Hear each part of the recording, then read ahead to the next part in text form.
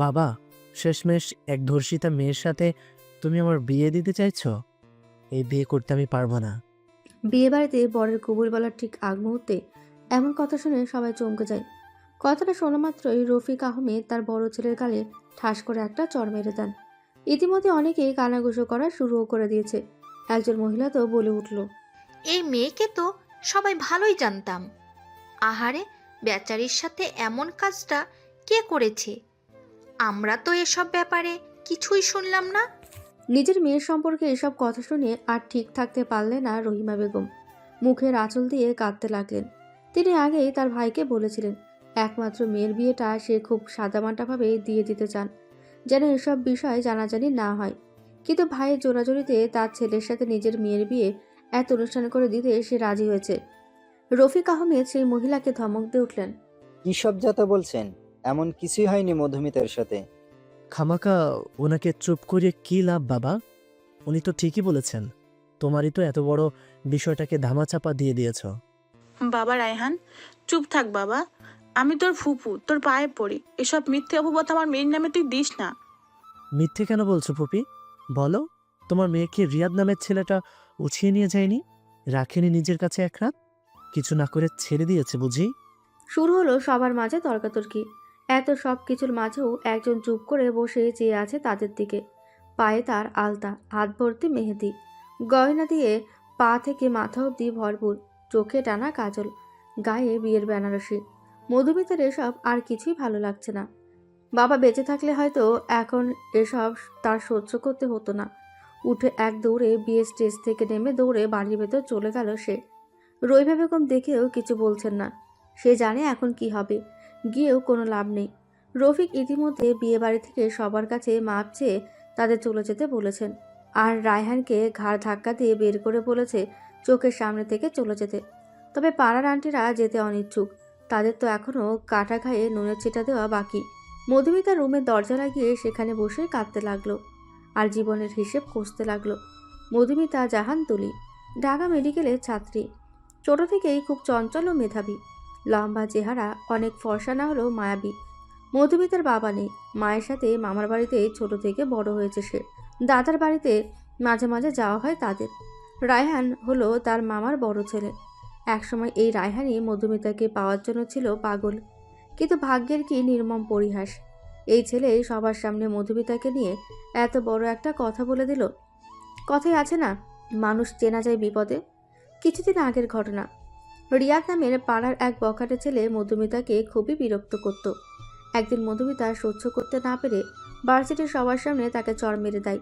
এটা যেন কাল হয়ে দাঁড়ায় তার জন্য। রিয়াদের ইগো হার্ট হয়। সেদিন বিকেলে বাড়ি ফেরার সময় মধুমিতাকে জোর করে গাড়িতে তুলে নিয়ে যায় রিয়াদ। এক হোটেলে অজ্ঞান করে নিয়ে যায় ওকে খারাপ কিছু করতে। তবে হয়তো সৃষ্টিকর্তার সহায় ছিল মেয়েটার। ওই দিনই সেই হোটেলে ড্রাগস খুঁজতে একদল পুলিশ আসায় সবাইকে ধরে নিয়ে যায়। মধুমিতাকে অতিরিক্ত ডোজ দেওয়ার ফলে তার জ্ঞান ফিরতে সকাল হয়ে যায়। এদিকে রহিমা মেয়েকে না পেয়ে যেন পাগল প্রায়। মধুমিতাকে বাসায় এনে রফিক ঠিক করে পাড়ায় এসব কিডন্যাপিংয়ের বিষয় ছড়ানোর আগে তাড়াতাড়ি নিজের ছেলের সাথে বিয়ে দিয়ে দেবে মধুমিতার। তবে রায়হানের মধুমিতার সতীত্ব নিয়ে সন্দেহ। এখন আর তাই সে মধুমিতাকে বিয়ে করতে চায় না। তবে মধুমিতা অনেকবার তাকে রিজেক্ট করেছে। সেই প্রতিশোধ নেওয়াটা এখনও বাকি। তাই বিয়ে বাড়িতে এত কাহিনী করলো সে। দেখলে গো ননদিনী, বিয়ে বাড়িতে সবার সামনে কি কাণ্ডটাই না হলো। এখন হয়তো তোমার মেয়েকে আর কেউ বিয়ে করবে না। হালিম বানানোর জন্য মাংসগুলো কেটে কেটে টুকরো করছিল রহিমা। তখনই রায়হানের মায়ের মুখে এমন কথা শুনে থেমে যায় সে। এসব কিছুর পিছে যে রায়হানের মায়েরও হাত আছে তা খুব ভালো করে জানে রহিমা। নিজের বোনের মেয়ের সাথে ছেলের বিয়ে দিতে না পারার ক্ষোভটা হয়তো এখন ছাড়বে সে। রহিমা আর তার মেয়েকে কখনোই সহ্য করতে পারত না রায়হানের মা। তাই এই বাড়িতে থাকতেও চায়নি রহিমা। তবে ভাইয়ের জোরাজুরিতে বছরের বেশিরভাগ সময় এখানে থাকা হয় তার। মাঝে মাঝে শ্বশুরবাড়ি গিয়ে সবার সাথে দেখা করে আসে সে। শ্বশুরবাড়ির সবার সাথে তার সম্পর্ক যথেষ্ট ভালো। তবে সেখানে থাকলে যে বারবার মৃত স্বামীর কথা মনে পড়ে। তাই তারাও রহিমাকে তেমন জোর করেনি সে বাসায় বেশিরভাগ থাকতে। কিন্তু সে বাড়ির দরজাটা সবসময় খোলা এই মা মেয়ের জন্য। বিয়েতে অবশ্য তারা কেউ আসেনি। এর একটা কারণ আছে। তারা কেউই রায়হানকে তেমন পছন্দ করতো না। তবে এসব ভাবার বা কারো কথায় কান দেওয়ার সময় নেই। ওদিকে মেয়েটা সারাদিন না খেয়ে আছে, তাই তো নিজ হাতে মধুমিতার পছন্দের হালিম বানাতে এসেছিল রহিমা। তাই নিজের কাজে আবার লেগে গেল। মধু, মা আমার, দরজাটা খুলতো, দেখ তোর জন্য খাবার নিয়ে এসেছি। রহিমার কথায় হালকা নড়ে বসে মধুমিতা। জানালার দিকে তাকিয়ে দেখে বাহিরে অন্ধকার। রাত হয়ে গিয়েছে বুঝি। সময় কখন কাটলো বুঝতেই পারেনি সে। এখনো তার গায়ে বিয়ের সাজ। আস্তে করে উঠে দরজাটা খুলল সে। মা। মা ডাকটা শুনে যেন আত্মা কেঁপে উঠল রহিমার। কতটা যন্ত্রণা লুকিয়ে আছে এই ডাকটার পেছনে। মেয়েটির চোখ মুখ ফুলে একাকার, কেঁদেছে হয়তো খুব। তবে রহিমাকে এখন ভেঙে পড়লে চলবে না, তাকে শক্ত থাকতে হবে। মেয়েকে জোর করে খাইয়ে দিতে লাগলো সে। মধুমিতাও না করতে পারল না। পেটে যে একটা দানা পড়েনি সকাল থেকে। সবাই কি তোমাকে আমার নিয়ে কথা শুনিয়েছে? কি সব বলছিস? কে কি বলবে? আর তোর মার হাতে এত ফালতু সময় কোথায় বলতো? আমি এখানে আর থাকতে চাই না মা। তুই চিন্তা করিস না মা, কারো কোনো কথা তোকে শুনতে দিব না আমি। কালকেই তোর দাদু বাড়ি গিয়ে উঠবো আমরা। সেখানে সবাইকে আমি সব জানিয়ে দিয়েছি। তোর বড় চাচা, ফুফু, তোর দাদি সবাই তোর জন্য অপেক্ষা করছে। আরে মামা। তাকেও অনেক কষ্টে রাজি করিয়েছি। এখন খেয়ে ঘুমিয়ে পড় তো চুপ করে। মধুমিতা মায়ের কোলে মাথা রেখে ঘুমিয়ে যায়, আর রহিমা হাত বোলাতে থাকে মেয়ের মাথায়। পরের দিন সকালে তারা গিয়ে হাজির হয় মধুমিতার দাদুর বাড়িতে। ওনারা সবাই গ্রামেই থাকে, থাকবে নাই বা কেন, ওনারা তো জমিদার বংশ, গ্রামের প্রধান। সবার ভালো মন্দ তো তারাই দেখে। বাড়ির সামনে নামতেই রহিমা যেন আর তর্স হয়েছে না। ভাবিকে মনের সব কথা বলে নিজেকে হালকা না করলে যে থাকতে পারবে না সে। তাই মধুমিতাকে রেখে নিজেই ব্যাগ নিয়ে আগে ঢুকে গেল বাড়িতে। মায়ের কাণ্ড দেখে মধুমিতাও হেসে দিল। অনেকদিন পর গ্রামের গাছগাছালি, পুকুর এসব দেখে তারও ভালো লাগছে খুব। সেও তাই এদিক ওদিক তাকিয়ে ঢুকতে যাবে, তখনই কারোর সাথে ধাক্কা খেয়ে পড়ে যেতে নিল। সে যাতে পড়ে না যায় তাই সামনের লোকটির শার্ট খামচে দিয়ে ধরল। ওদের মাথার ওপর মধুমিতার ওড়না এসে পড়ে দুজনকে ঢেকে ফেলেছে একদম। এমন সময় সামনের ব্যক্তিটির কণ্ঠ শুনতে পায় মধুমিতা। You stupid! কে তুমি? দেখে চলতে পারো না? আর আমার বাড়িতে চোর মতো ঢুকছে কেন? বেশ কর্কশ কণ্ঠে বলে উঠল সোহান। ধমকে সাথে সাথে নিজেকে ছাড়িয়ে নেয় মধুমিতা, আর বাতাসে উঠতে থাকা ওড়নাটা টেনে নিচে নামিয়ে নেয়। খোপাটাও খুলে গিয়েছে। অবাধ্য চুলগুলো সামনে এসে এলোমেলোভাবে উড়ছে। এদিকে সোহান একটু আগে অজানা কোনো রমণীকে ঝাড়ি দিলেও এখন এক দৃষ্টিতে মুগ্ধ হয়ে তাকিয়ে আছে তার দিকে। খোলা চুলে বাঙালি মেয়েদের এত সুন্দর লাগে কেন? যেন মনে হচ্ছে দুনিয়াটা থেমে গেছে। তবে এই ঘোর তার বেশিক্ষণ রইল না। নিজের অনুভূতিকে কিভাবে নিয়ন্ত্রণ করতে হয় তা তার খুব ভালো করেই জানা আছে। এই কে আপনি? আর একটু আগে আমাকে ঝাড়ি মারলেন কেন? সোহান যেতেই নিয়েছিল, তবে মধুমিতার কথায় থেমে যায়। পেছন ফিরে তাকায় মধুমিতার দিকে। তখন ওড়নার নিচে থাকায় মধুমিতাকে চিনতে পারেনি, তবে এখন ঠিকই চিনতে পারছে। তবে মধুমিতা হয়তো চিনতে পারেনি তাকে। চিনবেই বা কী করে? যে কয়বারই বাসা এসেছে সেই কয়বারই পড়াশোনার খাতিরে ঢাকা ছিল সোহান। মহাপুরুষদের সুন্দরী নারীদের সাথে অযথা কথা বলাটা শোভা পায় না। এ কথা বলেই সোহান বাড়ির ভেতরে ঢুকে গেল। মধুমিতা হাঁ করে তাকিয়ে আছে। ছেলেটা ইগো দেখিয়ে অপমান করলো নাকি সুন্দরী বলে সুনাম করলো, কিছুই বুঝছে না সে। তার আর কিছু না ভেবে সেও বাসায় প্রবেশ করলো। আজ জমিদার বাড়িতে হরেক রকমের খাবারের আয়োজন করা হয়েছে। মুরগির রোস্ট, পোলাও, গোস্ত থেকে শুরু করে খাসির মাংস কিংবা হরেক রকমের পায়েস, সেমাই, সব কিছু যেন ভরপুর রান্না হয়েছে। মনে হচ্ছে যেন বিয়েবাড়ির অনুষ্ঠান। মনে হবে নাই বা কেন? আজ কতদিন পর পুরো পরিবার একসাথে দুপুরের খাবার খাবে। মধুমিতার বড় চাচা সোহেল সরকার, তার 2 মেয়ে 1 ছেলে। বড় মেয়ে মুক্তা স্বামী নিয়ে দেশের বাইরে পাড়ি জমিয়েছে। ছোট মেয়ে সিনহা এবার 10ম শ্রেণীতে পড়ে। আর একমাত্র ছেলে সোহান সরকার, পেশায় একজন ডক্টর। মধুমিতা ছোট ফুপু শিপা, তার 1 মেয়ে ঝুমুর, 1 ছেলে যে বড়, তার নাম মিরাব। সাথে তো মধুমিতার দাদা দাদি আছে। এতদিন পর সব ভাই বোনেরা একসাথে হয়ে কত খুশি। ডাইনিং রুমে বসে সবাই আড্ডা দিতে ব্যস্ত। মধুমিতাও যেন সব ভাই বোনকে একসাথে পেয়ে খুব খুশি। শুধু মুক্তা আপুকে খুব মিস করছে সবাই। আর সোহানেরও সবার বড়। সে একপাশে চুপ করে ডোন্ট কেয়ার ভাব নিয়ে ফোন টিপছে। এই মৌমাছির মধু, তোর চুল এত বড় কেন রে? তোরে কতবার বলছি আমারে মৌমাছির মধু ডাকবি না? ওর ঘরে তো সব রক্তেরা, বলে লাভ নেই মধু আপু। ওর তো পুরো মাথাই নষ্ট, নতুনের কি? এই পুরো গ্রুপ মিলে আমাকে পচালে ভালো হবে না কিন্তু বলে দিলাম। পজাবো না কেন? তোর জন্য তো আমি একটা নতুন নামই ভাবছি। আজ থেকে তোর নাম মুরগির পায়ের নুপুর। বাহ, কি মেধা আমার, নোবেল পাওয়ার যোগ্যতা রাখে। পরে তুই গাইবি আর নাচবি, ঝুমুর ঝুমুর নুপুর বাজে, মুরগি মিলেছে পাখনা আয়া। থাক, বেচারাকে আর পচাবে না। ছোট আম্মু, রহিমাকে উদ্দেশ্য করে। দেখো সবাই আমাকে মানসিক নির্যাতন করছে।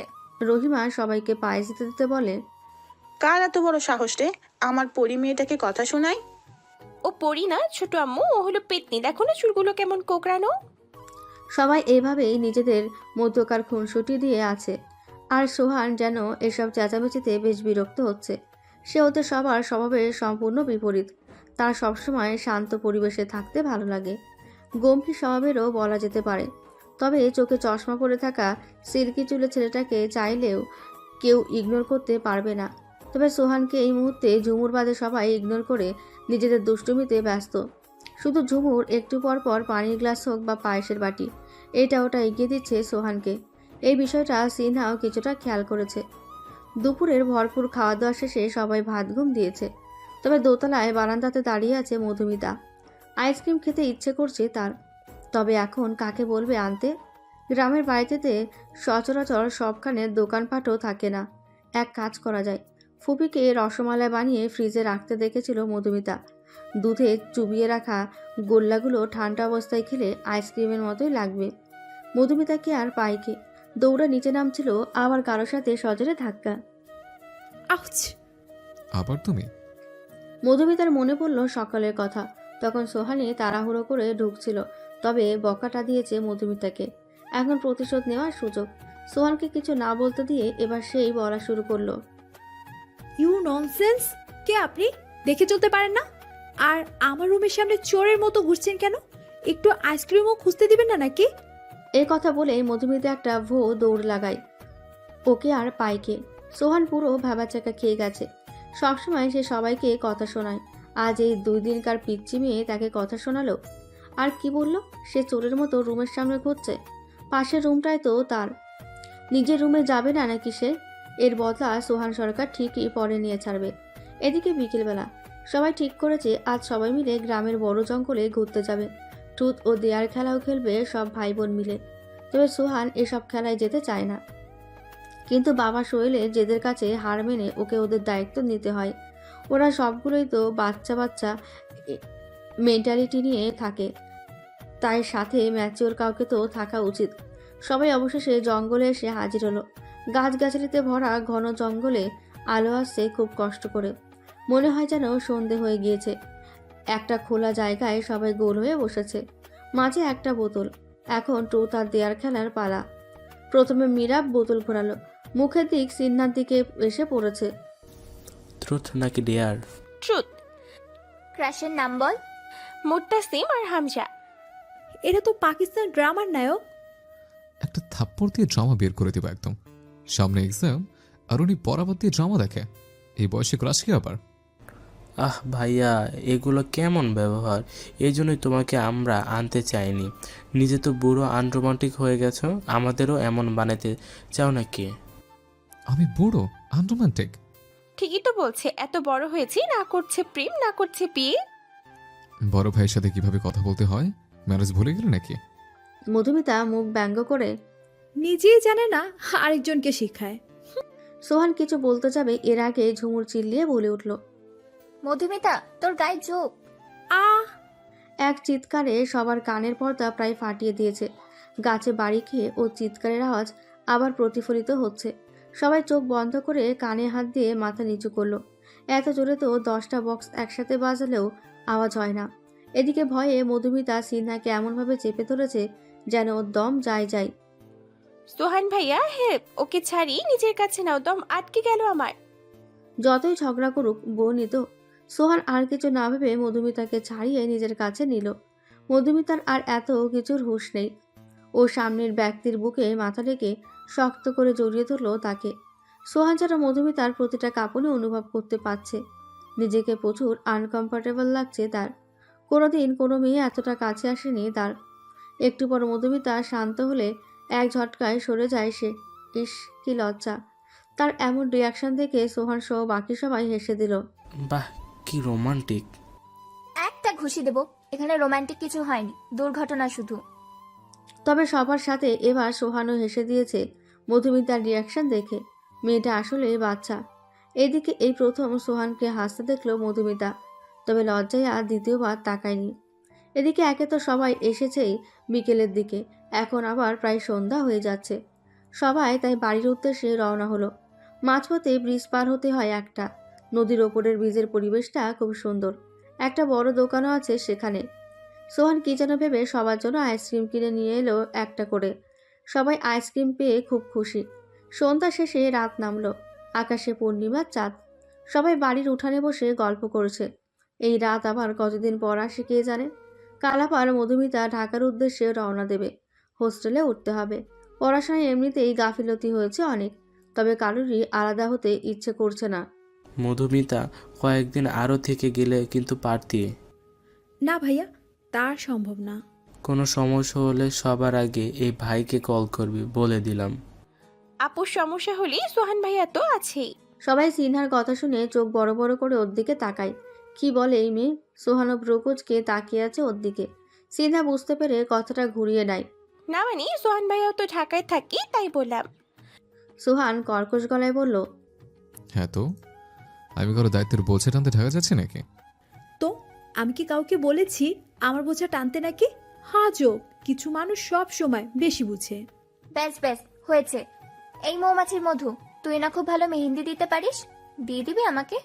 এই যে নিয়ে এসেছি। দে। মধুমিতা এক এক করে সবাইকে মেহেন্দি দিয়ে দিচ্ছে। মীরাবেরও নাকি মেহেন্দি দিতে ইচ্ছে করছে, তাই মধুমিতা ওর হাতটা টেনে কুড়ে নিয়ে মেহেন্দি দিয়ে দিচ্ছে। তবে সোহানের কেন জানি বিষয়টা ভালো লাগেনি, তাই সে সেখান থেকে উঠে ঘরে চলে গেল। ভাবি, আমার কথাটা আরেকবার ভেবে দেখবেন কিন্তু। খুব বিনয়ের সাথে কথাটা বলল মরিয়ম বেগম, সোহান সিনহা মুক্তার মা। ভেবে তো দেখবোই ভাবি, তবে আপনি তো সব জানেনই আমার বাচ্চা মেয়েটার উপরে গত কিছুদিনে কি ঝগড়াটাই না গিয়েছে। তাই এসব ব্যাপারে আমি ওকে এখন কিছু বলতে চাই না। এখন কেন বলবেন? কিছুদিন যাক, তখন না হয় বুঝিয়ে বলবেন। ঘরের মেয়ে আমরা দূরে কেন দিব? ঘরের মেয়ে ঘরেই রেখে দিব। তাদের এসব কথা আড়ালে দাঁড়িয়ে দাঁড়িয়ে শুনছে সিনহা। এই একটা বাজে স্বভাব ওর। সবার কথায় শুধু আড়িপাতা। তাদের দেখার আগেই আবার আস্তে করে সরে গেল সে। তার ছোট মাথায় যা বোঝায় সে বুঝে গিয়েছে। পরের দিন সকালে আজ মধুমিতা ঢাকায় ফিরে যাবে। সব ব্যাগ গুছিয়ে বিদায় নিচ্ছে সবার থেকে। সোহানেরও আজ না চাইতেও ঢাকা ফিরতে হচ্ছে। বাবার করা আদেশ, হোস্টেলে ঠিকভাবে মধুমিতাকে পৌঁছে দিয়ে তবে নিজের ফ্ল্যাটে যেতে পারবে সোহান। তাই সে নিজের ব্যাগটা কাঁধে নিয়ে মুখ গোমড়া করে দাঁড়িয়ে আছে। কিছুক্ষণ পর একটা অটো আসলো ওদের নিতে। এই অটো সোজা গিয়ে রেল স্টেশনে গিয়ে থামবে। ট্রেনে করে ঢাকা যাবে ওরা। মধুমিতা তো খুব খুশি, এই প্রথম ট্রেনে উঠবে সে। 90 দশকের মতো প্রেমের গল্প আর উপন্যাসে ট্রেনে হওয়া প্রেম সম্পর্কে শুনেছে সে, হিসেব নেই। এখন কোনোভাবে নিজেও তেমন কাউকে পেয়ে গেলে হয়। অতঃপর ট্রেন চলছে তার নিজের গতিতে। মধুমিতা জানালার পাশের সিটে বসেছে। পাশে সোহান কিছুটা দূরত্ব বজায় রেখে বসেছে। সামনে এক বয়স্ক দম্পতি বসে আছে। মধুমিতা জানালা দিয়ে তাকিয়ে বাইরের গতি দেখছে। কোন ফাঁকে যে চুলগুলো খুলে গিয়েছে খেয়াল নেই। সমানে পাল্লা দিয়ে উঠছে সেগুলো। সোহান কিছুটা বিরক্ত হয়ে বলে, তোমার কি কোনো হিসাব নেই? মধুমিতা কিছুটা বিব্রত হয়ে বলল, আছে। কেন? বাইরে চলাফেরা করলে হিসাব পড়বে, নয়তো চুলগুলো এমন টাইট করে বাঁধবে যেন প্রয়োজনে ছিঁড়ে যায় কিন্তু খুলে না যায়। আচ্ছা। সামনে বসে থাকা বয়স্ক দম্পতি ওদের কথা শুনে মুচকি মুচকি হাসছে। একজন বোরকা পরা, আরেকজন পাঞ্জাবি, মাথায় টুপি। দেখছো গিন্নি, ঠিক আমাদের মতো এক সময় আমরাও এমন ছিলাম। মনে আছে কোথাও গেলে কিভাবে আমি তোমার কাপড় পরার বিষয়ে খেয়াল করতাম? তার বলতে, তা বাবা বিয়ে হয়েছে কতদিন হলো? তাদের কথা শুনে দুজনেই কিছুটা হতভম্ব হয়ে পড়ল। একে অপরের দিকে তাকালো। এই স্বামী স্ত্রী হয়তো তাদের কাপল ভাবছে। না না না দাদি, আপনি ভুল ভাবছেন। উনি আমার চাচাতো ভাই হয়, আমার স্বামী না। হ্যাঁ হ্যাঁ, আমরা অবিবাহিত। থাক থাক, আর বলতে হবে না। আমরা এখন বড় হলে কি হয়েছে, এক সময় জমিয়ে প্রেম করতাম, লুকিয়ে লুকিয়ে কত দেখা করছি ট্রেনে। তোমরা তো তাও চাচাতো বলেছ। একবার তোমার দাদি এক শিক্ষকের সামনেও পড়ছিল, আমাকে সোজা আপন ভাই বানিয়ে দিয়েছিল। হা হা, সেই দিনগুলোর কথা কি আর বলবো। চিঠিতে কথা হতো আমাদের, কখনো কখনো চিঠি আসতে এত দেরি হতো যেন মন চাইতো গিয়ে জেনে আসি কি লিখেছে। দোয়া করি তোমরাও যেন ভালোবাসার পূর্ণতা পাও। মধুমিতা কি করবে না বুঝে অসহায় দৃষ্টিতে সোহানের দিকে তাকালো। সোহানও বুঝে গিয়েছে এদের আর বলে বোঝানো যাবে না, তাই প্রসঙ্গ এড়াতে সে তাদের রুমটার বাইরে চলে গেল। মধুমিতা অবশ্য এই সুযোগে তাদের লাভ স্টোরি শুনতে ব্যস্ত। কিছুক্ষণ পর সোহান ঝালমুড়ি, আলুর চপ হাবিজাবি নিয়ে এসেছে সবার জন্য। মধুমিতা না বললেও ও বুঝেছে এত সময়ে ওর খিদে লেগেছে নিশ্চয়ই। ঝালমুড়ি দেখে তো মধুমিতা অনেক খুশি। ঢাকায় আসতে আসতে প্রায় দুপুর হয়ে গেল। ওই দম্পতি এই স্টেশনে নামবে না, পরেরটায় নামবে। তাই তাদের থেকে বিদায় নিয়ে মধুমিতা আর সোহান নেমে যায় নিজেদের গন্তব্যস্থানে। চারপাশে জমে থাকা পানি আর ভেজা ভেজা পরিবেশ দেখে মনে হচ্ছে বৃষ্টি হয়েছে কিছুক্ষণ আগেই। সোহান আর মধুমিতা পাশের রেস্তোরাঁয় কিছু খাওয়া দাওয়া করে নিল। এবার মধুমিতাকে হোস্টেলে দিয়ে সোহানের নিজ ফ্ল্যাটে যাওয়ার পালা। নামার আগে অবশ্য মধুমিতা সোহানকে একটা থ্যাঙ্কস জানিয়েছে, তারপর হোস্টেলের গেট দিয়ে ঢুকে গেল। মধুমিতা ভাবছে আর হয়তো সোহানের সাথে দেখা হবে না, তবে সোহান ভাবছে অন্য কিছু। একটা ডেবিল হাসিতে সে তার ফ্ল্যাটে চলে গেল। অনেকদিন পর আজ ভার্সিটিতে ক্লাস করতে যাচ্ছে মধুমিতা, সাথে বান্ধবী মিসমিও আছে। ভার্সিটিতে নাকি এই ডিপার্টমেন্টে নতুন স্যার এসেছেন, ঢাকা মেডিকেলেরই ডক্টর। দুজন মাঠে হাঁটছে আর কথা বলছে। মুরগি খান ধান, নতুন স্যার আমার যান। পাগল হলি? দুধ মাখন দই খাই, আমি শুধু নতুন স্যার খেয়েছি। আরে কি সব হাবি জাবি কবিতা শুরু করলি? দোস্ত, তুই তো এই কয়দিন ছিলি না। ভার্সিটিতে নতুন দুজন স্যার এসেছে, একজন আমাদের ডিপার্টমেন্টের, অন্যজন আরেক ডিপার্টমেন্টের। দুজনেই যা দেখতে না। স্যারেরা বাবার সমতুল্য, তাই এসব ঢং বাদ দিয়ে পড়ায় মনোযোগ দে, সামনে এক্সাম। এমন সময় হঠাৎ মিসমির গায়ের ওপর কেউ এক বালতি জল ঢেলে দিল। কোন ডগি রে? ডগি না আমরা। দুজনে পিছু ফিরে দেখে একদল ছেলে মেয়ে। বুঝতে আর বাকি নেই কিসের পাল্লায় পড়েছে তারা। ভার্সিটিতে পড়তে আসবে, র্যাগিংয়ের পাল্লায় পড়বে না এমন খুব কম ছেলে মেয়ের সাথেই হয় আজকাল। এখন এই গ্রুপে 3টে ছেলে আর 2টো মেয়ে আছে। একজন ভার্সিটির প্রিন্সিপালের ছেলে রুদ্র, সাথে 2 বন্ধু স্বপন আর আয়ান। মেয়ে দুটোর নাম আরু আর রুশি। দুজনেই ছোট ছোট ড্রেস পরা, ওপরে ইউনিফর্ম। রুশির চুল বক কাট করা, ছোট ছোট, দেখতে চাইনিজদের মতো। রুদ্র মিসমি আর মধুমিতাকে ইঙ্গিত করে বলল, এই মেয়েরা এদিকে আসো। থাক, সরি বলতে হবে না, আমি খুব দয়ালু, মাফ করে দিছি। হোয়াট? কি বলছো এসব? কে কাকে মাফ করবে? হুমা, আপনারা তো আমাকে সরি বলতেই ডাকলেন। ওই যে একটু আগে ভুলে পানি দিলেন। ভুলে পানি দিয়েছি তা কে বলল?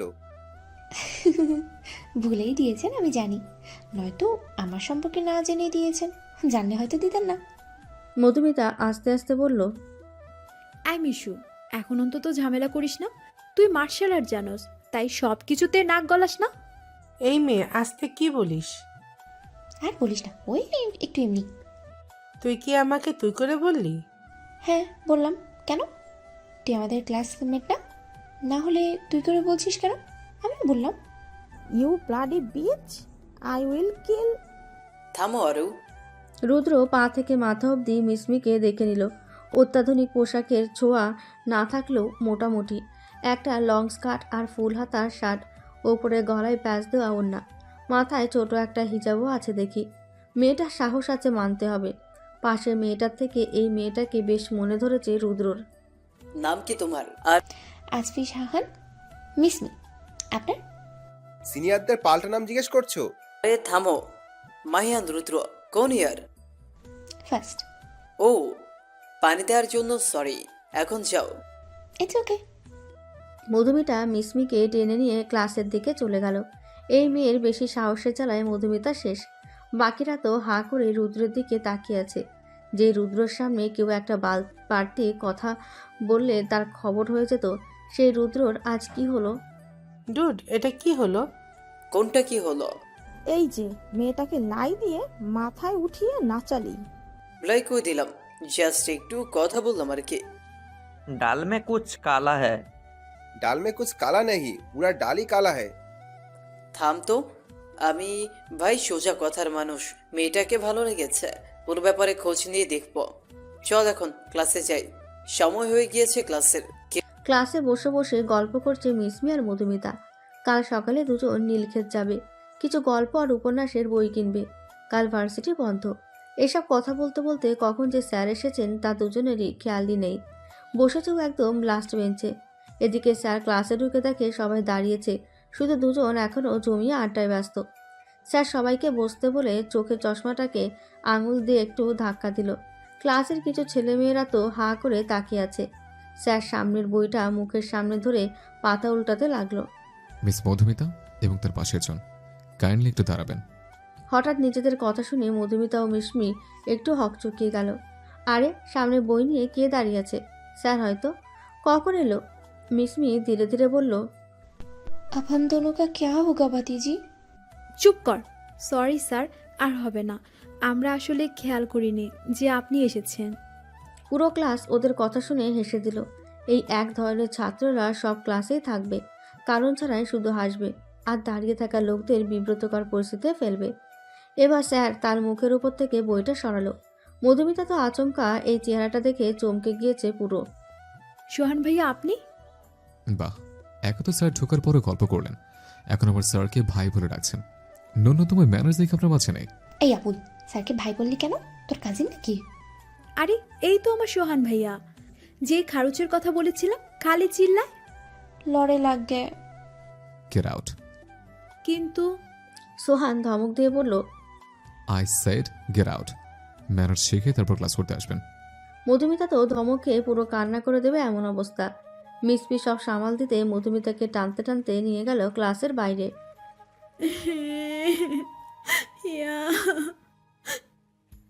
কিরে, কষ্টে কেঁদে দিয়েছিস? এখন মজার মুডে নাই আমি। কুল বেবস, বড় বড় ভার্সিটিতে না ছোট ছোট ব্যাপার হতেই থাকে। যাই বলিস, সোহান স্যার কিন্তু খুবই হ্যান্ডসাম। এই হ্যান্ডসাম? হঠাৎ দুজনের মাঝে মাথা ঢুকিয়ে দিল রুদ্র। আপনি কাবাবে হাড্ডি হইতে কোথা থেকে আসলেন? আগে বলো, হ্যান্ডসাম কাকে বলছো? যাকে খুশি বলেছি, আপনার কি? আমারই তো সব। কিছু না, কাল আমরা ফ্রেন্ডসরা নীলক্ষেত যাব, ভাবলাম তোমরা তো নতুন, তোমাদেরও নিয়ে যাই। কিন্তু ভাইয়া ক্লাসে তো সবাই নতুন, শুধু আমরা কেন? ঠিক বলেন, আমরা কেন? মানে সকালে পানি দিলাম না, তাই সরি হিসেবে এমনটা বললাম। মধুমিতা না বলতে যাবে, কিন্তু মিসমি চিল্লিয়ে বলল, যাব। মিশু আর থাকতো, আমরা তো এমনিতেই কাল যেতে চেয়েছিলাম, তাদের সাথে গেলেই বা কি। কিন্তু আমার একটা শর্ত আছে। কি? আমার বইয়ের টাকা আপনি দিবেন। ওকে ডান, আজ তাহলে গেলাম। রুদ্র যেতে দেরি মধুমিতার মিসমিকে কিল ঘুষি মারতে দেরি না। আরে আরে, কি করছিস? থাম না। এবার কি মিসমি? রাগ করছিস কেন? কেউ আমার উপরে ফিদা হয়ে বসে আছে, আমি একটু ফায়দা নিব না? আমিও বুঝেছি সে তোমাকে পছন্দ করে, তাই বলে তুই তার ফিলিংস দিয়ে মজা নিবি নাকি? আমি কখন বললাম আমি মজা নিচ্ছি? মানে? মিসমি কিছু না বলে রহস্যময় একটা হাসি দিয়ে বলল হোস্টেলে ফিরে যেতে। দুজনেই তাই করলো। আজ আর ক্লাস করার মুড নেই। এদিকে ক্লাস শেষ করে বের হয়ে সোহান মধুমিতাকে খুঁজছে। মাঠের কোথাও তারা নেই, একটু বেশি বলে ফেলেছে হয়তো। তবে সোহান তো জাস্ট ওই দিন সিঁড়িতে মধুমিতা যা বলেছিল তার বদলাটা নিয়েছে।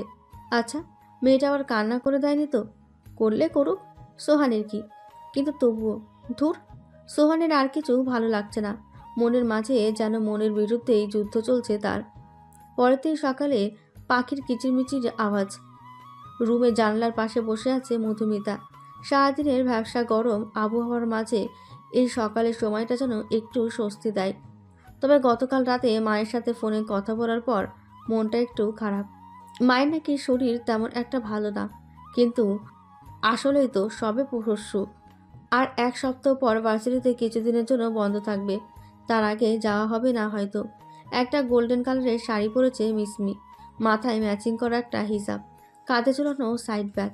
আর মধুমিতা তার সাধারণ গেটআপেই আছে, একটা নর্মাল থ্রি পিস। দুজনেই সকাল সকাল সামনের বড় রাস্তার মোড়ে ওয়েট করছে রুদ্রর জন্য। নিজের কালো গাড়িটা নিয়ে রুদ্র হাজির। গাড়িতে উঠতে বলল, আমরা তো রিক্সা করে যাব বলেছিলাম। আজ একটু কষ্ট করে গরিবের গাড়িতেই না হয়ে গেলেন। আচ্ছা সমস্যা নেই, দরজা খুলুন, টান দিব কিভাবে? অতঃপর দুজনে গাড়িতে উঠে গন্তব্যস্থলে রওনা দিল। তবে কেউ একজন যে পাশে টঙে বসে বসে চা পান করছে, আর তাদের দেখছে, এই জিনিসটা সবার অজানা। নীলক্ষেত, এখানে একটা এরিয়াতে আগেও কয়েকবার এসেছে রুদ্র, তাই ঘুরিয়ে ঘুরিয়ে দেখাচ্ছে ওদের কোন দোকানে ভালো উপন্যাসের বই পাওয়া যায়, কোথায় দাম কম ইত্যাদি। মিসমি আর রুদ্র একসাথে হাঁটছে আর কথা বলছে। মধুমিতা কিছুটা পেছনে। সিঙ্গেল ছেলে মেয়েদের এই একটা যন্ত্রণা। কোনো কাপলের সাথে আসলে সবার মাঝে থেকেও তারা অসহায় এতিমের মতো চলে। মধুমিতারও অবস্থাটা ব্যতিক্রম নয়। কিছুক্ষণ পর মধুমিতা একটা স্টলের সামনে থামলো। না, বইয়ের দোকান না, বইয়ের দোকানের পাশে ছোট করে একটা কসমেটিক্সের দোকান। মধুমিতার এক মুঠ চুড়ি খুব পছন্দ হয়েছে। কাছে গিয়ে দাম জিজ্ঞেস করলো। 800 টাকা। মধুমিতা কোনো রকম জামটা নিয়ে সরে এসেছে। এক মুঠ চুড়ির এত দাম হতে হবে কেন? এসব চুড়ি কিনলে বই কেনার টাকার গরমিল হবে। তার চেয়ে ভালো বইয়ের দোকানে যাবে। মধুমিতা তাকিয়ে দেখে মিসমি অনেকটা দূরে চলে গিয়েছে। মধুমিতা তাই ওর কাছে না গিয়ে পাশের একটা দোকানে ঢোকে। নানান বই সারি সারিভাবে সাজানো, বসে পড়াও যাবে দেখছি। মধুমিতা হুমায়ুন স্যারের হিমু উপন্যাসটা কিনল, সাথে ইলমা আপুর পদ্মমীর উপন্যাস, আরও কয়েকজন রাইটারের বই কিনে নিল। সবই রোমান্টিক জনরার। একটা শুধু হরর বই কিনতে হবে, তবে তেমন ভালো বই খুঁজে পাচ্ছে না। এমন সময় কেউ একজন ওর সামনে একটা বই খুলে ধরল আর বলল, you can try this. Madhumita পাশ ফিরে তাকায়। চোখে কালো একটা সানগ্লাস পরা, মুখে চাপ দাড়ি, চুলগুলো কিছুটা বড় বড়। একটা নীল কোট পরিহিত যুবক দাঁড়িয়ে আছে পাশে। আগে কখনো এই ছেলেকে দেখেছে বলে মনে পড়ছে না, তবে কণ্ঠটা কেমন চেনা চেনা লাগছে। হাই, আমি রাফসান। হে, বইয়ের দোকানটা আমার, আর এরা আমার কর্মচারী। ও আই সি। বই প্রেমী মনে হচ্ছে, চাইলে এই বইটা ট্রাই করতে পারেন। ধন্যবাদ। মিস মধুমিতা, নামটা সুন্দর। আপনি আমার নাম জানলেন কি করে? আমার আশেপাশে সবার খুঁটিনাটি তথ্য আমার কাছে থাকে, আর আপনি তো স্পেশাল। মানে? Don't take it seriously, fun করলাম। এই যে একটু আগে ক্যাশ আমার ওখানে নাম লিখলেন, সেখান থেকে দেখলাম। ও, আমি তবে আসি। আমার বাইক আছে, চাইলে বাসার সামনে ড্রপ করে দিতে পারি। নো থ্যাঙ্কস, আমার ফ্রেন্ডসরা আছে, আমি যেতে পারবো। মধুমিতা সেখান থেকে চটজলদি কেটে পড়ে। লোকটা অদ্ভুত। এদিকে মধুমিতার যাওয়ার দিকে রাফসান এক দৃষ্টিতে তাকিয়ে আছে, ঠোঁটের কোণে রহস্যময়ী হাসি। It's time for revenge baby. আমার যেটা চাই আমি ঠিক পেয়ে যাই, নয়তো আদায় করে নেই। রুদ্রর এক হাতে 3টে শপিং ব্যাগ, আরেক হাতে 4টে। বেচারা আর হাঁটতে পারছে না। মিসমি দাঁড়িয়ে দাঁড়িয়ে চকলেট জুস খাচ্ছে। মধুমিতা দূর থেকে ওদের দেখে কাছে এলো। দেখে রুদ্র বেচারা ঘেমে শেষ, চোখে পানি টলমল করছে। মনে হয় ফকির বানিয়ে দিয়েছে ওকে। কি রে, এসব কি? ওই একটু শপিং করলাম আর কি। বললাম কেনাকাটা করতে ইচ্ছে হচ্ছে, রুদ্র বলল করো, বিল আমি দেবো, তাই আর কি। বই কিনতে এসে কি কি কিনলি? বেশি কিছু না, 2টা 3 পিস, একটা শাড়ি, 3 ডজন চুড়ি, 1 বক্স মেকআপ কিট, 2টা টায়রা, 1 জোড়া জুতা, ও আর সাথে হালিমও নিলাম। তোর তো পছন্দ, হোটেলে গিয়ে খাবো। আর আমি তো হাবিজাবি খেয়েছি। আর বই? বই তো কেনা এখনো বাকি। আচ্ছা আজ থাক, আরেকদিন বই কিনবো। রুদ্র, আরেকদিন আসবে আমার সাথে? মানে শরীরটা খারাপ লাগছে, কাল হয়তো পারবো না। কালকের কথা কখন বললাম? 1 সপ্তাহ পরে ভার্সিটি বন্ধ, তখন না হয়। থাম তো। আচ্ছা ভাইয়া চলেন, আর কিছু কিনতে হবে না। সারা রাস্তা আর রুদ্র একটা কথাও বলেনি, অথচ আসার সময় সে কি গল্প। মিসমিও বুঝেছে ডোজটা বেশি হয়ে গেছে, এত নিতে পারবে না ও। হোস্টেলের সামনে আসতেই মধুমিতা আগে ভাগে গাড়ি থেকে নেমে চলে গেল। মিসমি নামতে গিয়েও থেমে গেল। কিছু বলবেন? আজ একটু পরীক্ষা করে নিলাম, আপনার ধৈর্য কেমন, সারা জীবন পারবেন নাকি? মানে? সব কথা বলতে হয় না, কিছু কিছু কথা বুঝে নিতে হয়। মিসমি গাড়ি থেকে নেমে চলে গেল। রুদ্র এক পলকে তাকিয়ে রইল তার দিকে। তবে কি রুদ্র যা ভাবছে মেয়েটা তাই বুঝলো? দেখতে দেখতে প্রায় 1 সপ্তাহ কেটে গিয়েছে। সোহানের সাথে মধুমিতা ওই দিনের পর থেকে আর একটা কথা বলেনি। ক্লাস টাইমে শুধু ক্লাস করছে চুপচাপ। সোহান কয়েকবার আগ বাড়িয়ে কথা বলতে আসলেও মধুমিতা এড়িয়ে চলেছে। এদিকে মিসমির সাথে রুদ্রর প্রেমটাও বেশ জমেছে। আজ সবাই যে যার বাড়ি বেড়াতে যাবে। মিসমির তাই মন খারাপ।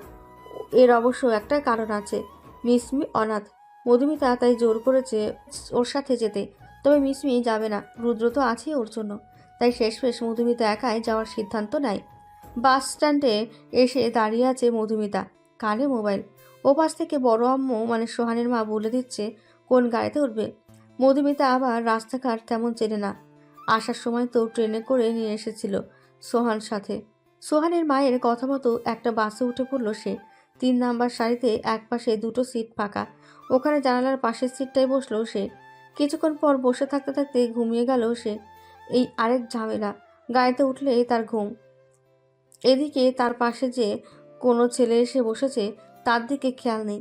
অনেকটা পথ পেরিয়ে গাড়িতে তেল দেওয়ার জন্য এক জায়গায় থামলো বাস। মধুমিতার ঘুম ভাঙল। জেগে বুঝলো সে অপরিচিত কারো কাঁধে মাথা রেখে ঘুমিয়েছিল। তাড়াতাড়ি সরে যায় সে। ওপরে তাকিয়ে ভূত দেখার মতো চমকে যায়। আপনি? অন্য কাউকে এক্সপেক্ট করছিলেন বুঝে? না মানে আপনিও বাড়ি যাচ্ছেন? ফর ইউর কাইন্ড ইনফরমেশন, ওই বাড়িটা আমারও।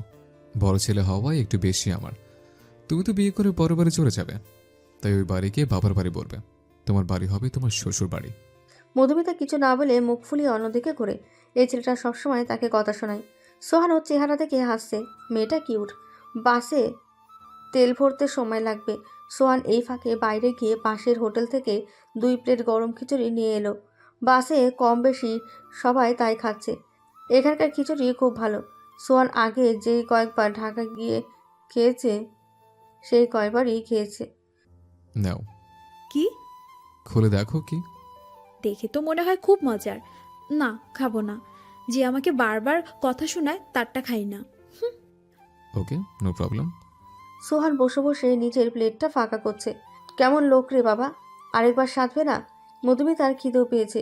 নিচ থেকে এসব কিছু এনে খেলেও আবার লজ্জাও পেতে হবে।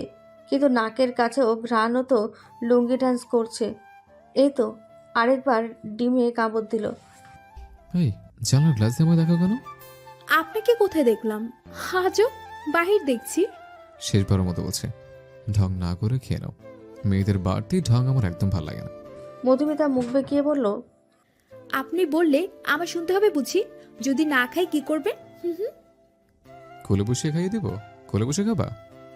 মধুমিতার চোখ বড় বড় হয়ে গিয়েছে সোহানের কথা শুনে। এটা কেমন কথা?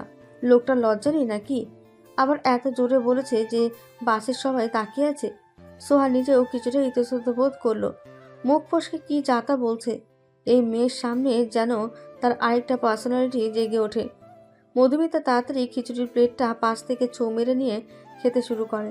একটু পর সোহান একটা কোন আইসক্রিম আর কিছু হাবিজাবি নিয়ে আসে মধুমিতার জন্য। ধরো, তোমার তো আবার খাওয়ার পর মিষ্টি কিছু না খেলে ভালো লাগে না। তেমন কিছুই পাইনি, তবে এটা টেস্ট করো। লোকটাকে কিছু না বললো, মনের কথা বুঝি কিভাবে? বারবার থ্যাঙ্কস দিবে না তো, শুনতে ভালো লাগে না। খাও। আর রাস্তায় যে জ্যাম পড়বে একটু পর, বাড়ি যেতে যেতে রাত হবে হয়তো। অতঃপর রাতের আকাশে আজ অর্ধচাঁদ দেখা যাচ্ছে। বাসের লাইটগুলোও বন্ধ। মধুমিতা জানালার পাশের সিটে বসে এখনও হেলান দিয়ে ঘুমোচ্ছে। কিছু চুল উড়ে এসে কপালে পড়ছে বারবার। সোহান চুলগুলো কানের পিছে গুজে মাথাটা নিজের বুকের ওপর রাখলো। এমন কেয়ারলেস কেন মেয়েটা?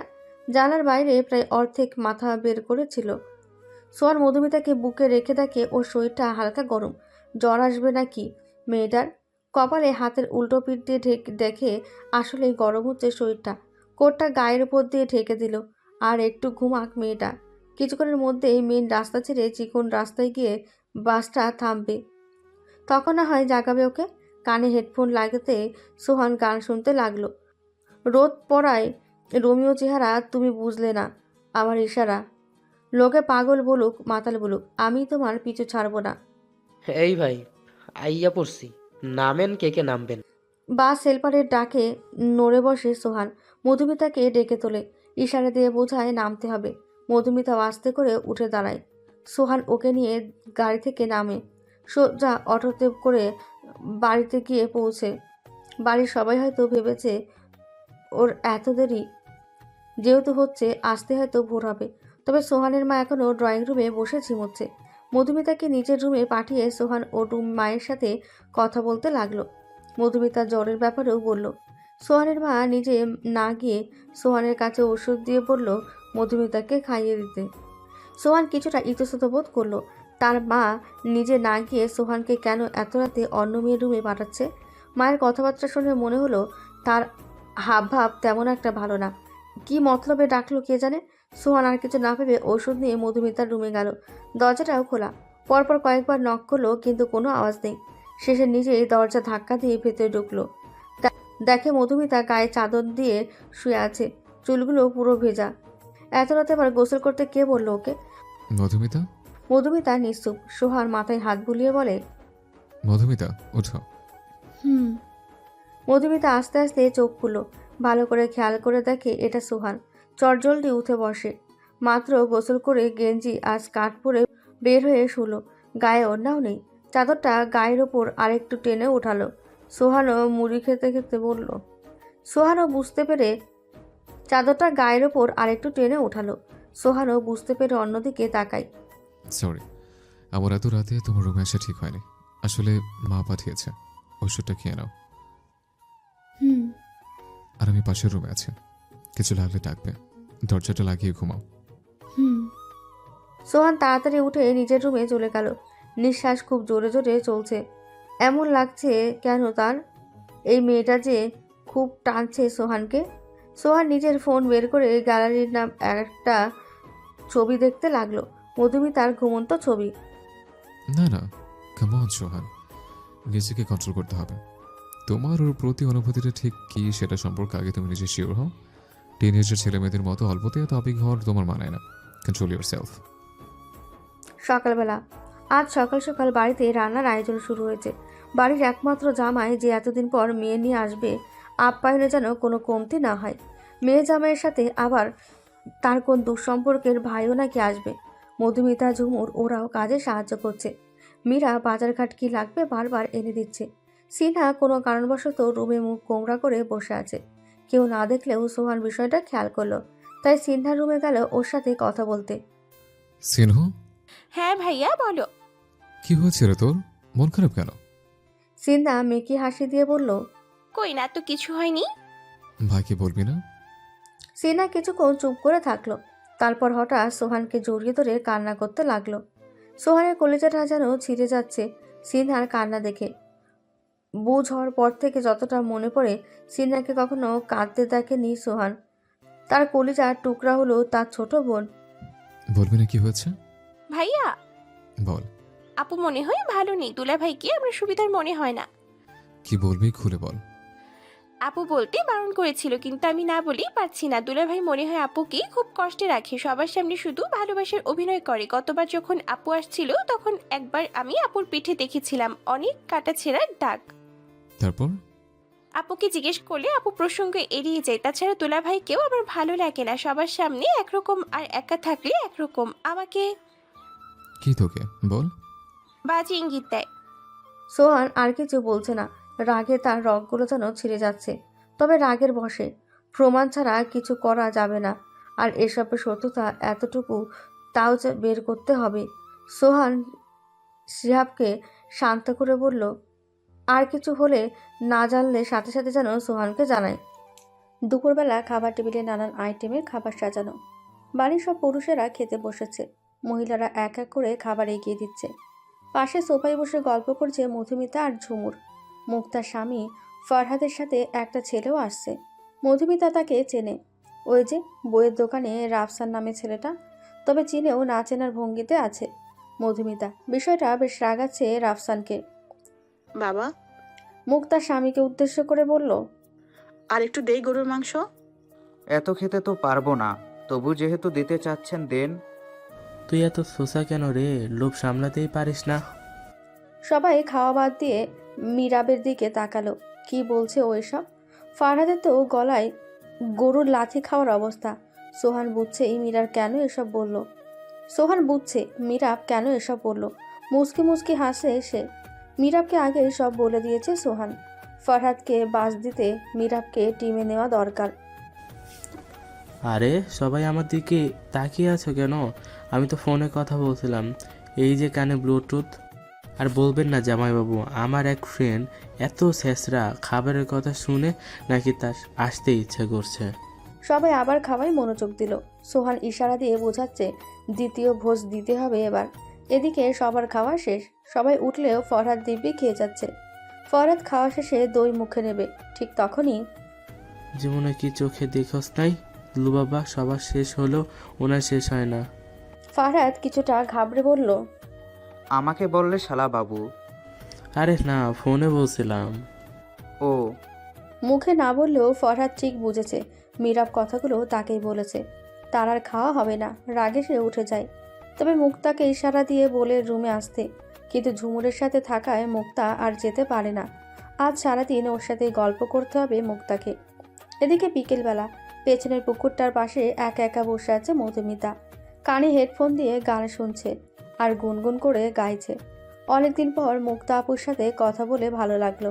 তবে ঝুমুর বারবার মুক্তা আপুর সাথে একা কি জানি বলতে চাচ্ছিল। বুঝতে পেরে মধুমিতা নিজেই উঠে আসে। এমন সময় মধুমিতার মনে হলো পেছনে কেউ আছে।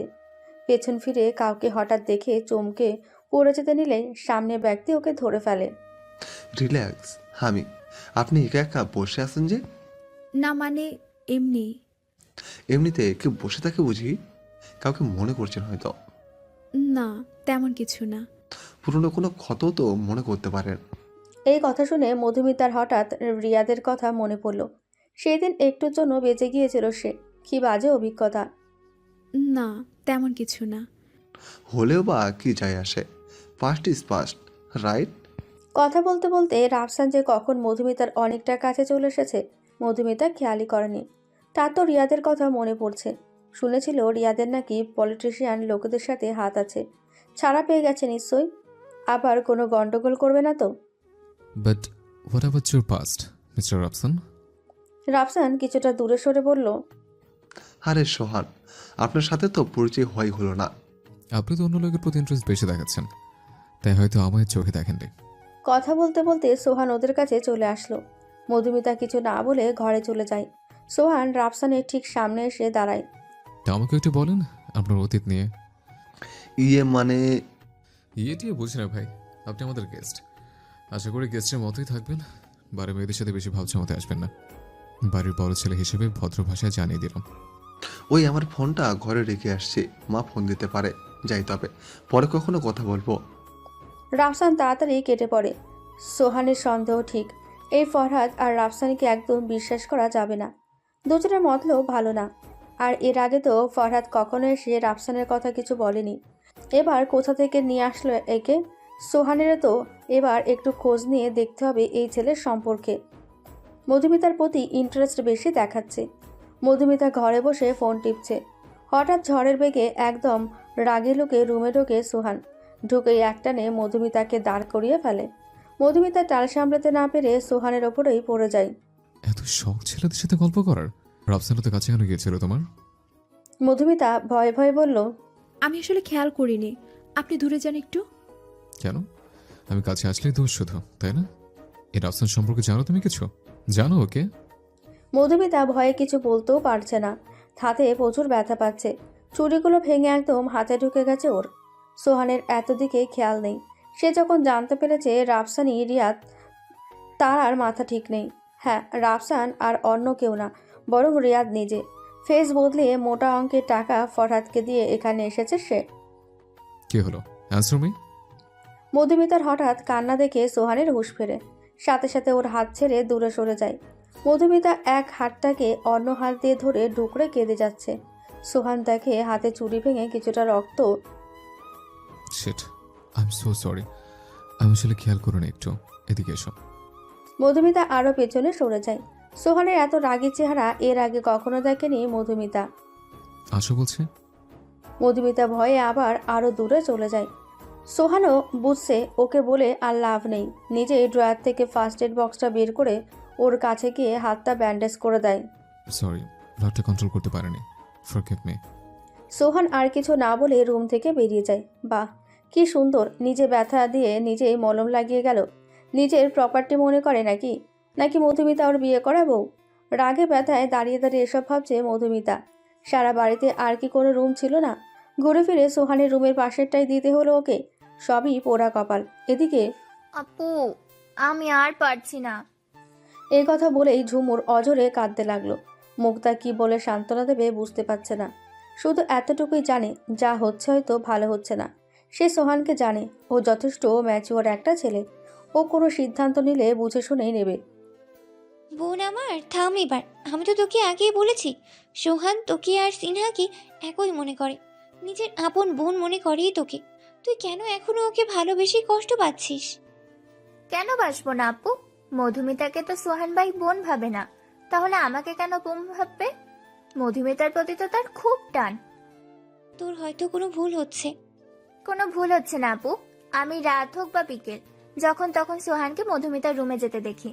সোহান নয় তো পুরুষ মানুষ, কিন্তু মধুমিতা ওকে বারণ করতে পারে না সোহানকে? নাকি ওর চরিত্রেই দোষ? ছি ঝুমুর, এসব কি ভাষা? মানলাম তোর কষ্ট হচ্ছে, কিন্তু ভুলে যাস না মধুমিতাও এই বাড়ির মেয়ে। আর আমি আমার ভাইকে চিনি। ওর মনে সত্যি যদি মধুমিতার জন্য কোনো ফিলিংস থেকেই থাকে, তবে ও সব ভেবে চিন্তেই এগোবে। বাহ আপু, এখন তুমিও তোমার ভাইয়ের পক্ষ নিচ্ছ? আমি কারোর পক্ষ নিচ্ছি না ঝুমুর। আমি জানি তোর যন্ত্রণা কতটুকু। কাউকে ভালোবাসলেও তাকে না পাওয়ার যন্ত্রণাটা আমি জানি। প্লিজ তুই সোহানকে ভুলে যা। মুক্তা আর কিছু না বলে নিজের রুমে পা বাড়ালো। তবে ঝুমুর এখন কি করবে? তার তো আর সহ্য হচ্ছে না। মধুমিতাকেও এখন খুব বাজে লাগছে তার। এদিকে ফরহাদ নিজের রুমে বসে তার প্রেমিকার সাথে কথা বলছে। তবে সে জানে না সেই রুমে কেউ লুকিয়ে তার ভিডিও বানাচ্ছে। ট্রাস্ট মি জান, আমি তোমাকে খুব ভালোবাসি। এই গাইয়া ভূতকে তো আমি জমিদারি বংশ দেখে বিয়ে করেছিলাম। মেয়েটা কি বলছে শোনা যাচ্ছে না। আরে না না, তেমন কিছু না। ও তো আমার রক্ষিতা হওয়ার যোগ্যও না। দেখলে গা গুলিয়ে বমি আসে। কোথায় ও আর কোথায় তুমি? হ্যাঁ, একবার শুধু টাকাগুলো হাতিয়ে নিই, তারপর বাড়ি থেকে পালাবো। ওইদিকে রিয়াদ নামের ছেলেটা কথা বলেছিলাম না, ও হয়তো এতক্ষণে নিজের কাজ শুরু করে দিয়েছে। ব্যাস, যা জানার বা বোঝার সবটা হয়ে গিয়েছে সোহানের। আরও কিছু প্রমাণ জোগাড় করে সে মধুমিতার রুমের দিকে রওনা হলো। প্রমাণ জোগাড়ের ঝামেলায় রিয়াদের কথা বলতেই ভুলে গেছে মধুমিতাকে। তবে এত রাতে ওর রুমে যাওয়া ঠিক হবে? তবে না গিয়ে তো উপায় নেই। রিয়াদ যদি কিছু করে বসে। সোহান মধুমিতার রুমের সামনে এসে দেখে রিয়াদ দাঁড়িয়ে আছে। আরে মিস্টার রাফসান, আপনি? না মানে, আপনার রুম তো নিচতলায়, গেস্ট রুমটা। দোতলায় কি করছেন? শালা মাথার চোদ। এই তো যাচ্ছি। তা আপনি কি করছেন? বউয়ের কাছে আসছে। হোয়াট? হেমা, আপনি জানেন না, মধুমিতা ইজ মাই ওয়াইফ, আমার একমাত্র বউ। আচ্ছা, আমি যাচ্ছি। রাফসান তাড়াতাড়ি নিচে নেমে গেল। ও তো জানতো মধুমিতা যেই কাজিনের সাথে বিয়ে ঠিক হয়েছে সে বিয়ে ভেঙে দিয়েছে। তবে কি সোহানের সাথে বিয়ে ঠিক হয়েছিল? বিয়েটা ভাঙেনি। এদিকে সোহান বুঝে গিয়েছে মধুমিতাকে একা রাখাটা সেফ না, তাই নিজেই ওর রুমে ঢুকে গেল। এই মেয়েকে মাঝে মাঝে থাপ্পড় দিয়ে দাঁত ফেলিয়ে দিতে ইচ্ছে করে। মেয়ে হয়ে রুমের দরজা লাগায় না, কেমন বদ অভ্যাস সেটা। সোহান ওর রুমে গিয়ে দেখে পুরো অন্ধকার। কিছু না বলে দরজা লাগিয়ে পাশের সোফায় শুয়ে পড়ে। সকালে মীরা কোনো কারণবশত বাড়ির সবাইকে বাড়ির ড্রয়িং রুমে জড়ো করেছে। মধুমিতা আর সোহানকে ডাকতে গিয়েছে মুক্তা। সোহানের রুম ফাঁকা। মধুমিতার রুমে নক করতে সোহান চোখ ডলতে দরজা খোলে। দুজন দুজনকে দেখে যেন ভূত দেখার মতো চমকে গিয়েছে। তাড়াতাড়ি রুম থেকে বের হয়ে মুক্তাকে নিয়ে নিজের রুমে যায়। আর মধুমিতা এখনও চিটপাটাং হয়ে ঘুমোচ্ছে। সোহান, মাই সেজ, তুই যেমনটা ভাবছিস তেমন কিছু না। প্রেম করিস আর যাই করিস, কোনো কিছু অতিরিক্ত ভালো না। তুই জানিস বাড়িতে বাইরের কোন লোক আছে।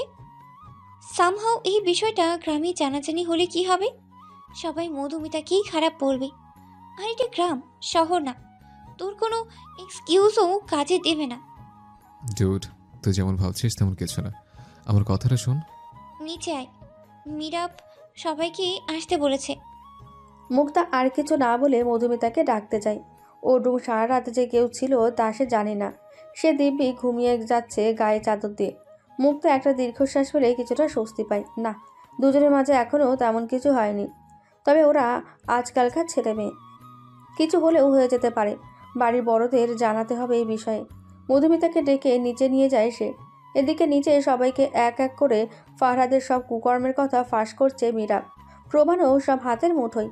সাথে সাথে মরিয়ম বেগম অসুস্থ হয়ে পড়েছেন। এই জানোয়ারদের চোখের সামনে থেকে সরা, আমি আর পারছি না। মা সামনে নিজেকে। কিছুক্ষণ পর পুলিশ এসে ওদের ধরে নিয়ে যায়। মুক্তা একপাশে মূর্তির মতো দাঁড়িয়ে আছে। ও ভাবেনি এত সহজে জানোয়ারের হাত থেকে রক্ষা পাবে সে। মীরাব শক্ত করে মুক্তার হাতটা ধরে রেখেছে। এসব অশান্তির মাঝেও মীরাবের হাতটা ধরে যেন মুক্তা কিছুটা শান্তি পায়।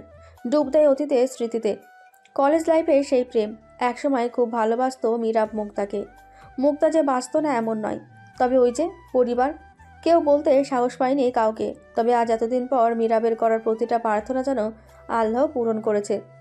মন থেকে কাউকে এতটা চাইলে হয়তো ওপরওয়ালাও তাকে দিয়ে দেয়। অতঃপর দিন শেষে সন্ধ্যায় আকাশটায় আজ আলো ফুটেছে। রাত হলেও চারিদিকে আলো হবেই বা না কেন। পূর্ণিমার রাজ্যে বাড়িতে একটা টু শব্দ হচ্ছে না। সবার উপর দিয়ে যে ধকলটা গিয়েছে, পুরো শান্ত পরিবেশ। হালকা বাতাসও বইছে চারিদিকটাই। বারান্দায় দাঁড়িয়ে আছে মধুমিতা, খোলা চুলগুলো দুলছে। বারান্দায় থাকা ড্রিম কেচারটাও দুলে দুলে হালকা আওয়াজ করছে, অনেকটা পিয়ানো বাজানোর মতো। পাশে দাঁড়িয়ে আছে সোহান। কোনো এক খেয়ালে হারিয়ে থাকায় কখন যে পাশে কেউ এসে দাঁড়িয়েছে তা দেখেনি মধুমিতা। এদিকে অনেকক্ষণ যাবৎ হাতে মলম নিয়ে দাঁড়িয়ে থাকতে থাকতে শেষে নিজেই গিয়ে মধুমিতার হাতটা ধরল। মধুমিতা পাশ ফিরে তাকায়। সোহানের বুকটা ধক করে ওঠে। চোখে এখনও দুফোঁটা পানি টলমল করছে। খেতেছে হয়তো খুব। নাকটাও একদম টকটকে লাল হয়ে গিয়েছে। গোলাপি ঠোঁট দুটো বারবার কাঁপছে। সোহান সাথে সাথে চোখ সরিয়ে নেয়। আর তাকানো যাবে না। হয়তো এই নেশাকে আর আটকানো যাবে না। নিশ্চিত একটা অঘটন ঘটিয়ে ফেলবে সোহান আজ রাতে। নীরবতা ভেঙে সোহানই বলতে লাগলো, মলম নিয়ে এসেছিলাম, রেখে যাচ্ছে, মনে করে লাগিয়ে নিও, আর কাঁদবেন একটু। এই বলে যেই না সোহান যেতে নেবে, মধুমিতা ওর হাতটা ধরে ফেলল শক্ত করে। এই প্রথম মধুমিতা নিজে থেকে সোহানকে আটকালো।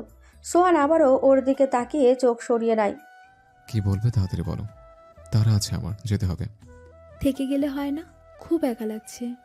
সব খারাপ শুধু আমার সাথে কেন হয়? মায়েরও আজ মন ভালো নেই। কার কাছে গিয়ে কাঁদবো আমি? একটু থেকে যান না প্লিজ। কিন্তু মধুমিতা আর কিছু না বলে হঠাৎ সোহানকে শক্ত করে জড়িয়ে ধরে। কেন জানি এই মানুষটার প্রতি এক প্রকার অন্ধবিশ্বাস জমে গেছে মধুমিতার মনে। সোহানের বুকে যেন মাথা রেখে তার সব দুঃখ শেষ। এদিকে সোহান কি করবে বুঝছে না। না পারছে নিজেকে এই মেয়ের থেকে দূরে সরাতে, না পারছে পুরোপুরি নিজের করে নিতে। আর মধুমিতারও আজ কোনটা ভুল কোনটা সঠিক বোঝার অবস্থা নেই। মধুমিতা, এখন একটু ঘুমাও, ভালো লাগবে। যা বলো সকালে বলো, আমি এখন তোমার সাথে এভাবে থাকতে পারবো না। আমার সাথে থাকেন। বাচ্চাদের মতো আবদার করো না প্লিজ, তোমার অবস্থা এখন ভালো না। একটা আবদার পূরণ করা যায় না বুঝি? না, যায় না। সোহান নিজেকে মধুমিতার থেকে ছাড়িয়ে চলে যেতে নাই। কি যেন ভেবে আবার ফিরে এসে মধুমিতার কপালে একটা ভালোবাসার পরশ রেখে দেয়। এরপর নিজের রুমে চলে যায়। আর এক মুহূর্তও থাকা যাবে না এই মেয়ের সামনে। মধুমিতাও আস্তে করে খাটে শুয়ে পড়ে। মা আসবো? আয় মা, জিজ্ঞেস করার কি আছে? কিছু বলবি? সুহানের মধুমিতার ব্যাপারে কিছু বলবো? জানি কি বলবি, আমি খেয়াল করেছি সব। ওরা আজকালকার ছেলেমেয়ে, যদি কিছু। সোহানের প্রতি আমার বিশ্বাস আছে, ও এমন কিছু করবে না। কিন্তু মা, কাল তোর মামা আসবে বুঝলি? এর মাঝে মামা আসলো কোথা থেকে? আসেনি, আসবে। কাল মধুমিতা সোহানের বিয়ে। কি এত তাড়াতাড়ি? আর ওনাদের কেউ তো বলা হয়নি। আমি জানি ওরা একে অপরকে পছন্দ করে। রহিমা মধুমিতাকে কালকেই মানিয়ে নেবে। আর সোহানও তো পুরো পাগল। এখন বললে ও এখনই রাজি। হঠাৎ এমন সিদ্ধান্তের কারণ? মরিয়ম একটা তাচ্ছিলের হাসি দিয়ে বলল, একবার এক সন্তানের ভালোবাসার পথের কাঁটা দিয়ে নিজের মতো জোর করে অন্যজনের সাথে ঘর বেঁধে দিয়েছিলাম। তার ফল যে খুব তেতো হয়েছে। আর কাউকে কষ্ট দিতে চাই না। মুক্তা দেখলেও তার মায়ের চোখে পানি। ঠিকই তো, এসবের জন্য কিছুটা হলেও তার মা দায়ী। তার মা তার আর মীরাবের ব্যাপারটা জানতো, তবে সমবয়সী হওয়ায় ব্যাপারটা তিনি মানতে চাননি। জোর করে বড়লোক ছেলের সাথে বিয়ে দিয়ে দিয়েছেন। তার শাস্তি হয়তো পুরো পরিবার পাচ্ছে। সেই ভুলটা হয়তো দ্বিতীয়বার করতে চান না মরিয়ম বেগম। সোহান আর মধুমিতার পর তোর আর মীরাবের বিয়েটাও সবাইকে জানিয়ে দিস। সবাই খুশি, বই কি কষ্ট পাবে না। তা দেখা যাবে। মুক্তা একটা দীর্ঘশ্বাস ফেলে নিজের রুমের দিকে রওনা হলো। ওইদিকে বাড়ির বাকিরা আগে থেকে সোহান আর মধুমিতার বিয়ে দিতে চাওয়ার ব্যাপারটা জানে। কারো কোনো আপত্তি নেই, শুধু একজন দূর আকাশে তাকিয়ে চোখের জল ফেলছে। নিজের ভাগ্যের প্রতি দয়া হচ্ছে ঝুমুরের, তবে অভিযোগ নেই কোনো। হয়তো এটাই ভাগ্যে ছিল। সবটা এবার হাসি মুখে মেনে নেবে সে। পরের দিন সকালে মধুমিতা ঘুম থেকে উঠে দেখে বাড়িটাকে আজ অন্যরকম লাগছে। কিছু পাড়া প্রতিবেশী আত্মীয়রাও এসেছে। মধুমিতাকে নিয়ে ওর মা রুমে আসে। সোহান আর মধুমিতার বিয়ের ব্যাপারে সবটা জানায় ওকে। আমার এ বিয়েতে আপত্তি নেই, কিন্তু মা জানোই তো গতবার কি হয়েছিল। নিজের পায়ে দাঁড়াতে চাই আমি। তাই তো সাদামাটাভাবে বিয়েটা দিতে চাচ্ছি। আমি বিয়ে উপলক্ষে ভাবছি অনাথ আশ্রমে বাচ্চাদের খাইয়ে দিব। আগে বলতো সোহানকে তোর কেমন মনে হয়? একজন ব্যক্তিত্ববান পুরুষ, যার মনে হয়তো আমার প্রতি সমুদ্র সমান প্রেম আছে। তোর কি মনে হয় এমন ছেলে এমন কিছু করবে যাতে তোর মত নেই? জানি না মা। তুই নিশ্চিত থাক, সোহান রায়হানের মতো না। ওর নামটা না উঠালেই পারতে। জীবনে দুই ধরনের পুরুষ দেখলাম, এক রিয়াদ রায়হানের মতো, আরেক সোহান মীরাবদের মতো। রায়হানের অবস্থা ভালো নেই, পাপের সাজা পৃথিবীতেই পাচ্ছে। মানে? তোর মামির বোনের মেয়ের সাথে বিয়েটা হয়েছিল, কিন্তু মেয়ের নাকি চরিত্র ভালো না। অন্য কার বাচ্চা পেটে নিয়েছে। ওদের কথা বাদ, এই লাল শাড়িটা পরে আয় তো। একটু পর মুক্তা ওরা এসে সাজিয়ে দিয়ে যাবে তোকে। রহিমা চলে গেল। মধুমিতা শাড়িটা পরে তৈরি হয়ে নিল। এটা তো সত্যি নিজের অজান্তেই সে সোহানকে ভালোবাসে। এমন প্রেমিক পুরুষকে না করাটা নিছক বোকামি। একটু পর মুক্তা ওরা এসে হালকা করে সাজিয়ে গেল মধুমিতাকে। ওইদিকে সোহানও একটা সাদা পাঞ্জাবি পরে তৈরি হয়েছে। ধার্মিক রীতিতে তাদের বিয়েটা সম্পূর্ণ হয়। এক হাত লম্বা ঘোমটা দিয়ে হেলান দিয়ে বসে আছে মধুমিতা। ওইদিকে মীরাব, সিনহা ওরা তো সোহানের কাছ থেকে মোটা অঙ্কের টাকা নিয়ে তবেই ছেড়েছে ওকে। সোহানের আগেও কতবার এই রুমে এসেছে, তবে এইবার এটা স্পেশাল। রুমে এসে দেখে তার বউ ঘোমটা দিয়ে বসে আছে। কি করবে বুঝছে না বেচারা। কাছে গিয়ে দেখে মধুমিতা ঘুমিয়ে গিয়েছে। আজকে রাতেও ঘুমকে ছাড়লে না। মধুমিতা তখনও পুরো ঘুম দেয়নি। সোহানের আসতে বলা কথাটায় সে নড়ে ওঠে। পাশে সোহানকে দেখে এক লাফে খাট থেকে নেমে পা ধরে সালাম করে নেয়। আরে আরে পাগল হলো নাকি? কি করো? না মানে বড় আম্মু বলছিল করতে, তাই। এসব করতে হবে না। আর বড় আম্মু না, আজ থেকে আম্মুকে শুধু আম্মু বলেই ডাকবে। আর আমরা কি অপরিচিত নাকি যে বাংলা সিনেমার নায়িকাদের মতো এত বড় ঘোমটা দিয়ে রাখছো? এমনকি আমাকে বাংলা সিনেমার নায়কের মতো সোফায় ঘুমাতে হবে? মধুমিতা কি বলবে বুঝছে না। এই ছেলে সবসময় তাকে কথার জালে পেঁচিয়ে দেয়। সোহান বুঝে মুচকি একটা হাসি দিয়ে মধুমিতাকে কোলে তুলে নিয়ে খাটে শুইয়ে দেয়। আকস্মিক এমন কিছু হওয়াতে ও স্ট্যাচু হয়ে গিয়েছে। এখন কি বাংলা সিনেমার মতো কথা বলবো নাকি হলিউড সিনেমার মতো কিছু করব? মধুমিতা লজ্জায় আর কিছু বলছে না। এই ছেলে এমন ঠোঁট কাটা কেন? কোনো কথা মুখে বাজে না। সোহান নেশা ভরা চোখে কতক্ষণ মধুমিতার দিকে তাকিয়ে থাকে। মধু, হুম। তোমার মাঝে হারানোর অনুমতি দিবে? মধুমিতা মুখে কিছু না বলে লাজুক চোখ বন্ধ করে আছে আর শক্ত করে সোহানের পিঠটা ধরে আছে। সোহানও বুঝলো মধুমিতার না নেই। আর তারপর জেনে কি করবেন? আমি বাবা সিঙ্গেল, কাপলদের বাসর ঘরে ওকে দিই না। আপনারাও যান, টাটা।